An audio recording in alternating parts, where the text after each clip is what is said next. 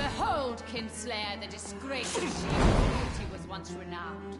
Will she be the queen again once they all share her fate?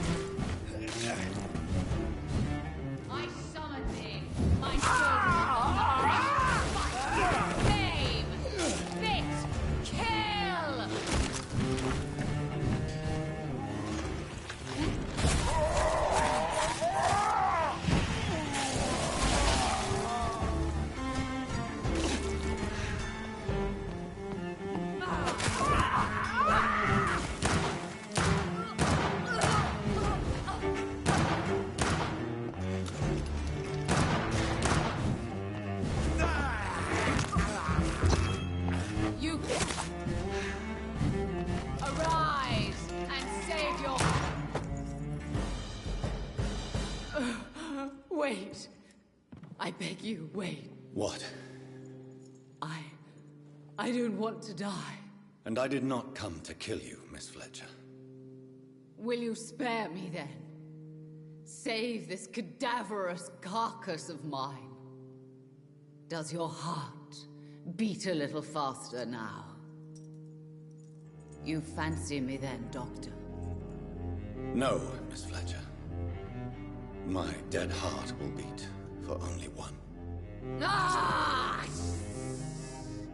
Is she pretty? Is she sweet and tender? To me, yes. Ah! I hate her already. I know.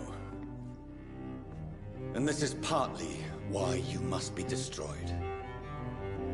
But you just said... That I did not come here to kill you, yes. But I realize now the threat you embody must be stopped.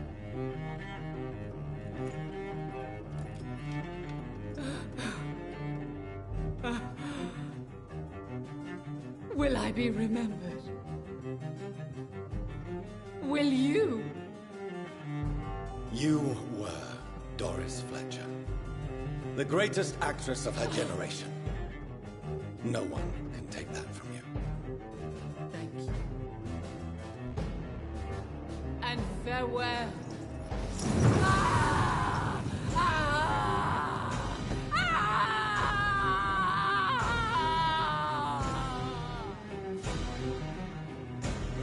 Farewell, Doris.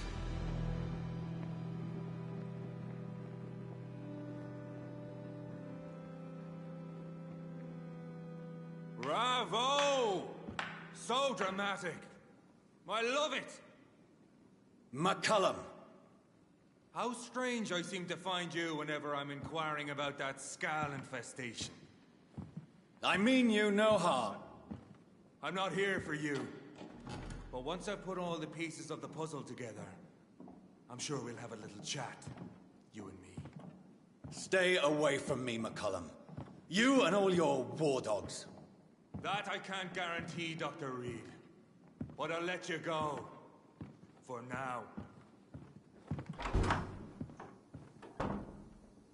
I should probably leave the theater right now.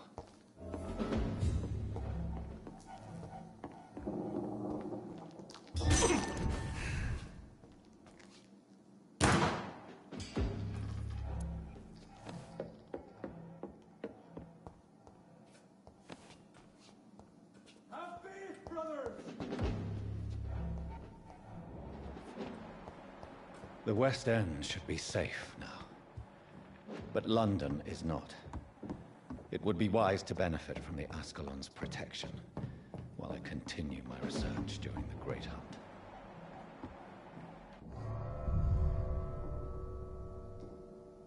It smells like rotten meat.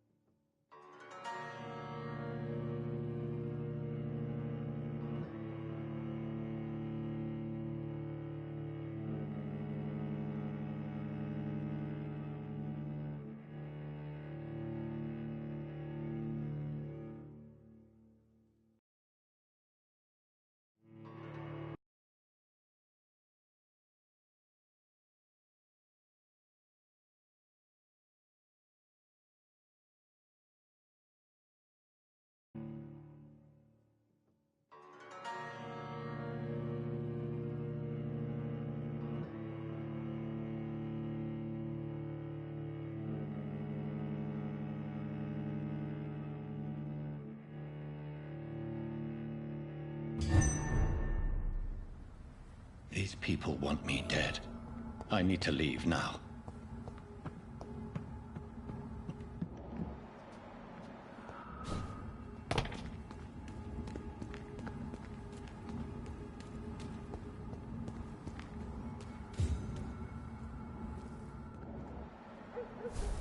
So Doris just needed to be close to her audience to infect them. Contagion through skin. Very disturbing.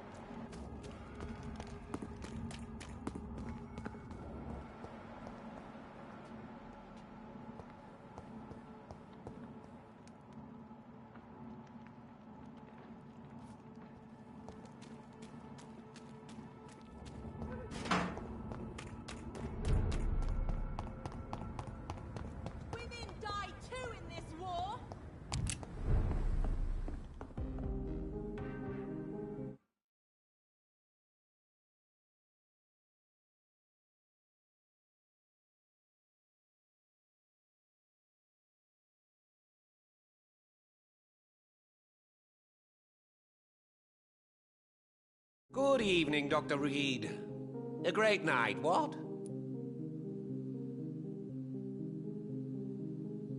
I may have a look at your goods, Mr. Russell.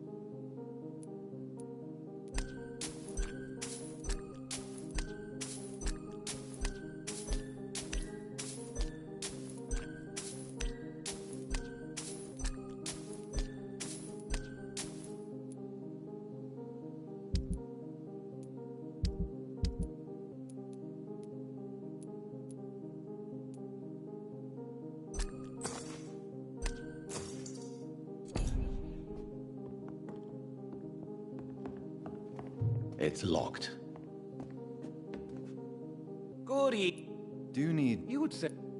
Don't worry. There is nothing serious to fear. I have seen far worse, I can assure you. I cannot imagine the pain these people must face, then. You have my gratitude, Doctor. This disease has ruined my appetite. Goodbye, Miss...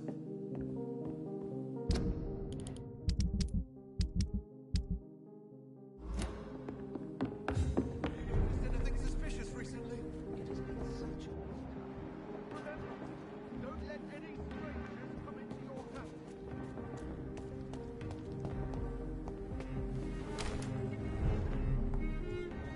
Who could have done such an evil thing? Poor Miss Reed. Good evening, Avery. Mr. Jonathan, I can't believe my own eyes. Oh, you have come back too late, sir. Far too late. I know, Avery. I know about Mary and my mother. I'm so sorry. It was my duty to watch over her. She left the house in the middle of the night. The police said... It's all right, Avery. The police said her body was found near your sister's grave in Whitechapel. You're the master of the house now. I'd understand if you fired me, sir.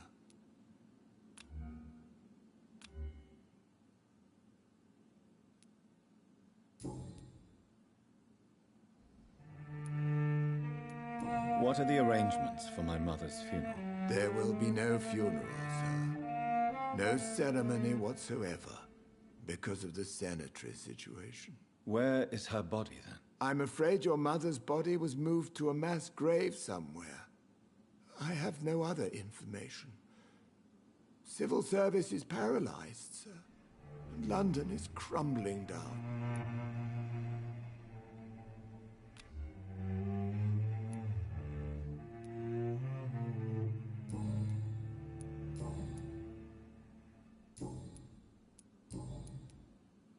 I'm sorry, Your mother was strong, sir, but your support would have been appreciated.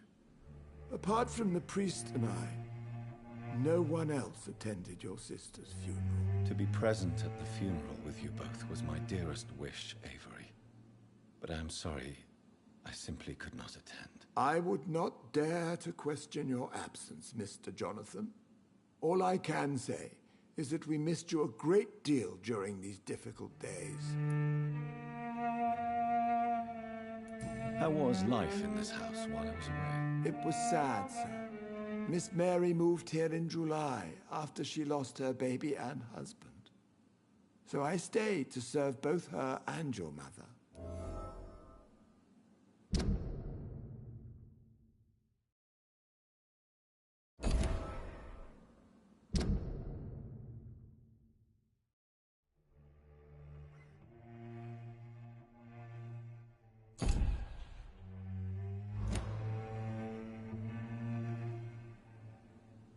How was my mother? Miss Reed was very frail. After Miss Mary was found dead, your mother started talking to herself. She said she was speaking to the dead. She even said that she had seen you. How was Mary? Miss Mary went out looking for you every night after you had written to say that you were coming back. She was sure you were alive. She'll never know she was right.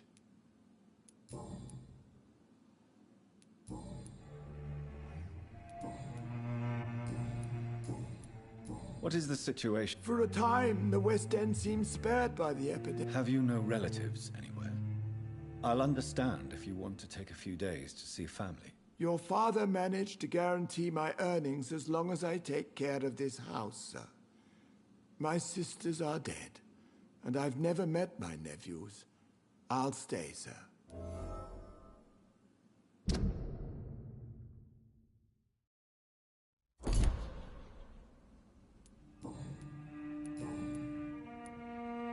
Tell me the truth, Avery. Do you feel forced to stay here? Would you leave this house without the arrangement made by my father? No, sir. I have nowhere else to go. And I promised your father I'd take care of his family as long as I lived. This house is dead, Avery. There is a curse on this family. You really should consider leaving. If only you could have been here sooner or more often. Maybe this house would not be that empty. But you're here now, sir, so my task is not over.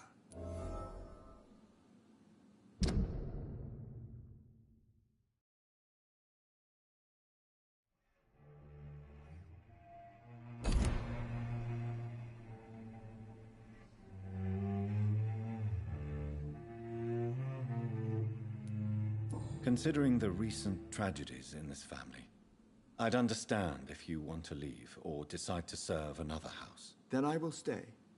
All I ask is that you take care of my own funeral if I die before the end of the epidemic. No mass grave, please, sir. Do you really think I neglected my mother, Avery? Yes. I see. Well, please go on. Speak freely. It's not as if there is anything left to treasure in this house. Just like your father. You always had this capacity to focus only on what interests you. It surely helped you become a great doctor, but not such a great son.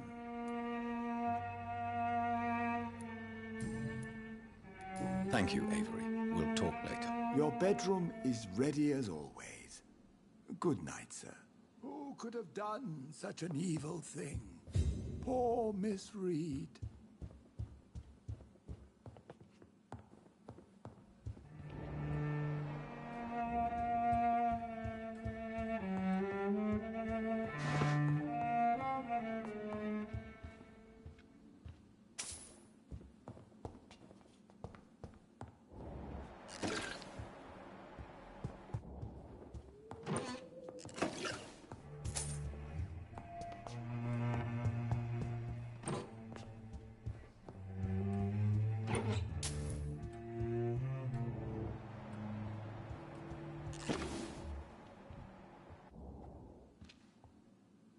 Yes.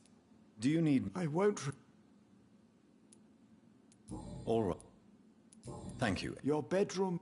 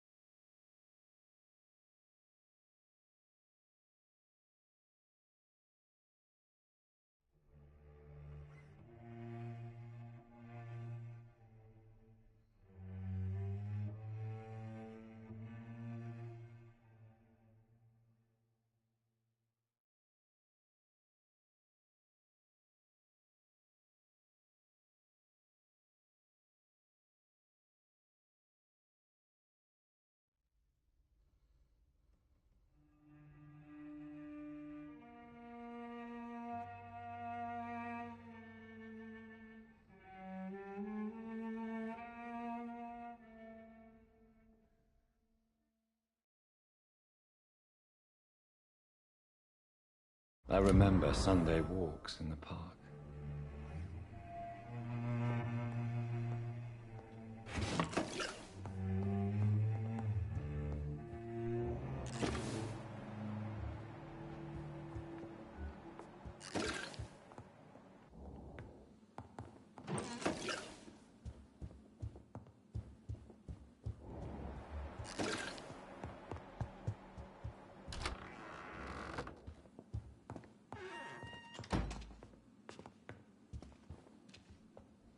Yes, sir. Do you need... I won't... Here is your prescription. Thank you, Venom. Thank you, Avery. Your bedroom is...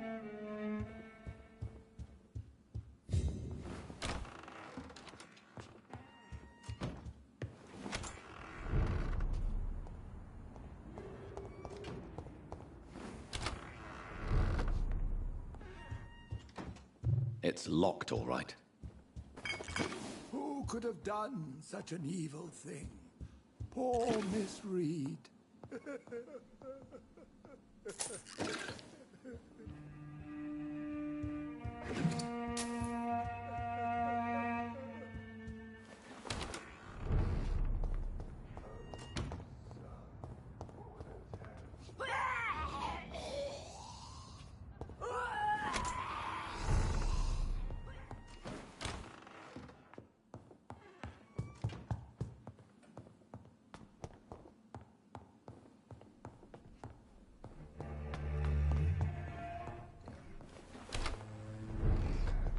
Whether you need to buy something or not, I'm happy to help.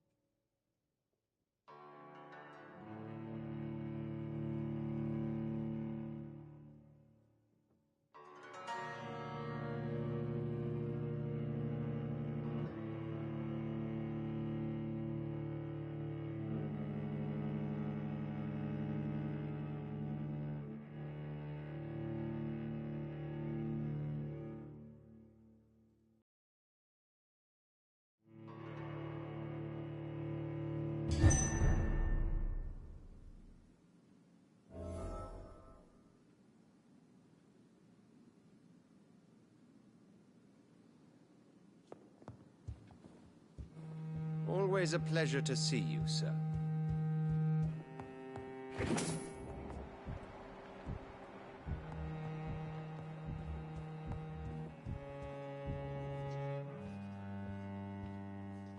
Elizabeth, what are you doing here? I've been formally asked to witness your triumph, my dear. After all, isn't it the natural role of a woman to support her man in victory? But it's you who insisted I join the Ascalon. Please forgive my giddiness. I'm just overcome by the thrill of finally being allowed within these hallowed halls. You certainly have an inquisitive mind. It's quite something. Elizabeth Ashbury, only you can make me smile in these difficult times. And the same to you, Jonathan Reed. Now go have your little chat with the chairman. I can see he's practically bursting to hear your report. We'll talk later, Jonathan. We'll talk later, Jonathan.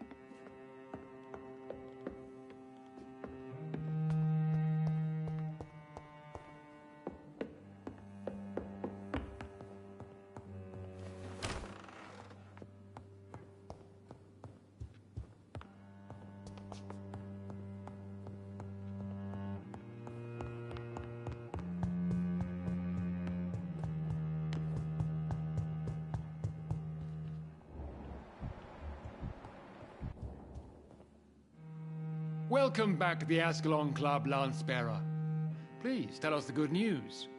Have you put an end to the epidemic? My hypothesis was correct. Doris Fletcher was the source of the contagion in this part of town. She was probably the first to be infected. And you cleansed her before the hunters, I've been told. Well done, Dr. Reed. You thrust your lance and pierced the very heart of the corruption. I'm just a doctor. The important thing is, we won a major battle for the survival of London. For that, we salute you. Thank you, my lord. Now, I have another task for you. One of the utmost importance. Perhaps even more so than the previous. I'm listening. It's time for you to perform a most sacred duty for the club. I want you to recruit a new vampire. Recruit a new vampire? Are you sending me on some sort of diplomatic mission? Not exactly. I want you to make Aloysius Dawson the Ekon he deserves to be. I'm not sure I'm the best candidate for such a task. I can hear the hesitation in your voice, Dr. Reed. I admire a man of principles. But in this matter, there is more at stake than your moral comfort. It's not a moral question, Lord Redgrave. It's the responsibility of giving immortality to a man I barely know. Nonsense. Aloysius has been a member of the Ascalon for years. This is but the fruition of a long-held plan. How would you like me to proceed? Aloysius is waiting for you at the Dawson estate. Once the deed is done, I'll join you there to celebrate this momentous occasion. Before I go, I have a few questions. All right, I'm listening. Why Aloysius Dawson? Because he is about to die. And he just may be the most influential man in England. After me, of course. Does he know I'm coming? He can't wait to become your progeny, Dr. Reed. Especially now that you have shown how strong your lineage is through your sister. Did he choose me? No, I did. My decision is very recent, to say the least, but it is entirely mine. How would you like me to proceed? Don't worry. Aloysius has had many years to prepare himself. He has studied our kind for decades. So shall I just let him drink my blood? Yes. Aloysius will gratefully sup on your blood. His heart will slow, then stop. But he will rise again as one of us, an immortal. Is there any danger? Our blood alters a mortal body so deeply that some don't survive the metamorphosis. They die for good. But Mr. Dawson has been preparing himself for a long time. You invited Lady Ashbury. Wouldn't that be breaking one of your cardinal rules? No women allowed. Not allowed as members, no. But considering the circumstances, I thought you'd like to have her here to witness your triumph. So it's a temporary admittance, then? Something of a bargain, considering the crisis we're currently facing. Goodbye, Lord Redgrave.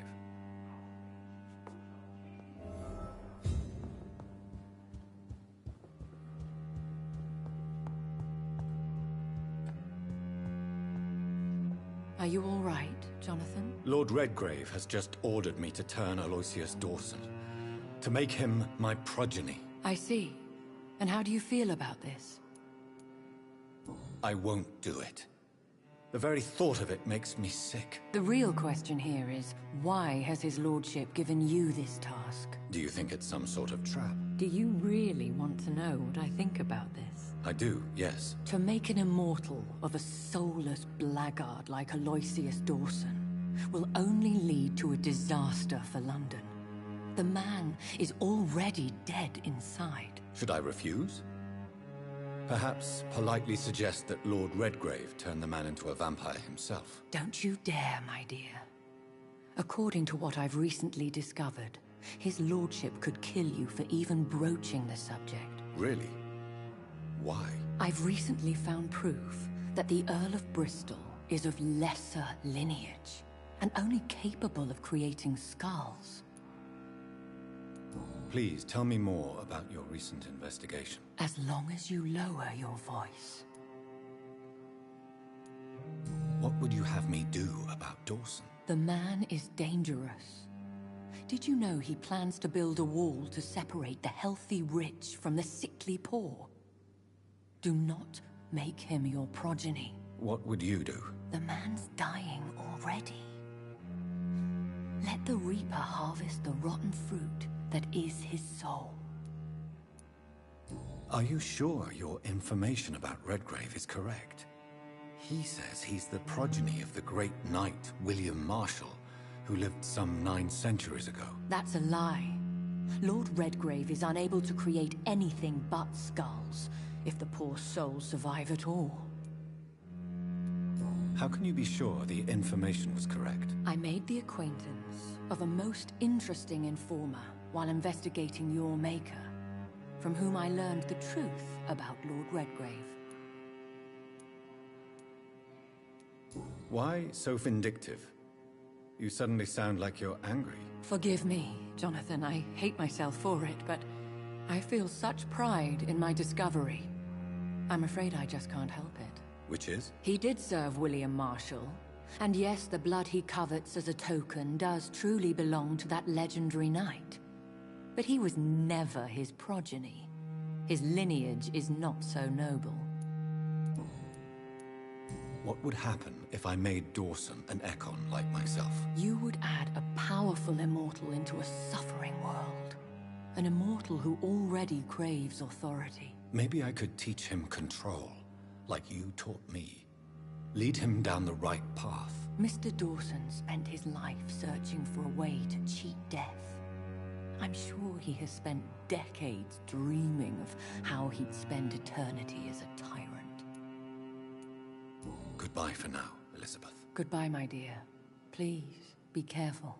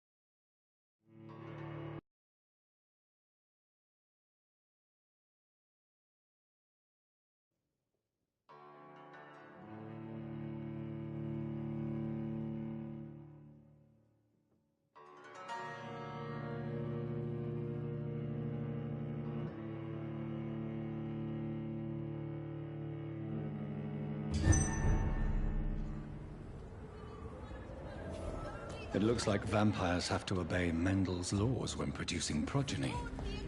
Powers pass from one generation to another. That's why Dawson wants me to sire him.